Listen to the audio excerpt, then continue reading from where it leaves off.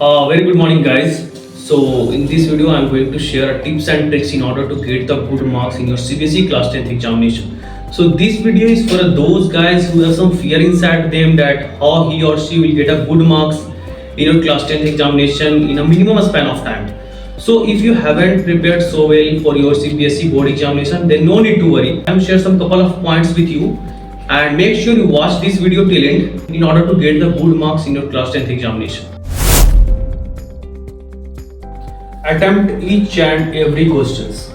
Yes, so either you know or don't know the answer, no matter, you have to attempt each and every question in order to get the good marks. Because if you will not write the answer in your answer sheet, then how you expect that you will get a good marks in your class 10th examination? So at least you should write something in your answer sheet in order to get the good marks. Among a lot of questions in your question paper, always start writing your answer with the question in which you are more confident.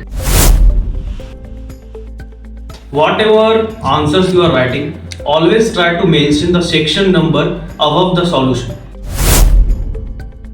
After answering each and every questions, keep a track of 4 to 5 lines in order to enhance the beauty of your answer sheet. No matter in what style you are writing your answers, but always try to write your answers little bigger more than usual handwriting. And finally, how will you answer the question if you don't know the answer? The question is basically a group of sentences. So among the sentences, you have to find any words in which you can write something. For example, there is a questions related to a force.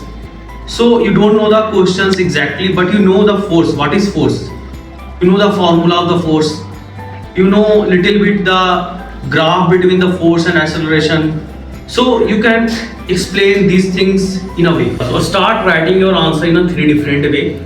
First one is a brief introduction. So write the brief introduction of the topic, whatever topic it is. So write the brief introduction, and after that the second one is you can write the formula of that topic.